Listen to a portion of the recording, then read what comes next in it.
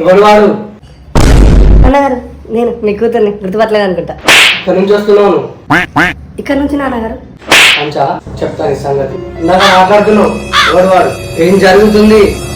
అబ్బాయిని ప్రేమిస్తున్నాను నాన్నగారు. పరువు తీసేసావు కదే. కాళ్ళు చేతులు కట్టేసి రూమ్ వేసేస్తా. నేను చూపించిన వాళ్ళని పెళ్లి చేసుకో. మీరు ఒప్పుకుంటే పెళ్లి చేసుకుంటా, లేకపోతే నేను చచ్చిపోతాను అన్నగారు.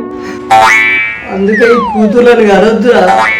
నేను ఓకే చెప్పాలని అంటే నా కండిషన్స్ కి ఓకే అయి ఉండాలి. వాడు బిజినెస్ మెన్ అయి ఉండాలి, వాడు కోటీశ్వరుడు అయి ఉండాలి, మరీ ముఖ్యంగా మన కులపోడై ఉండాలి.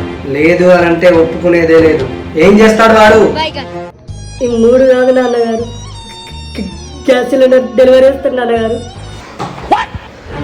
అల్లుల్ని పిలిపించమ్మా. అరే ముహూర్తాలు పెట్టేసుకున్నాం. నా తల్లి మంచిగా వేసి లవ్ చేసి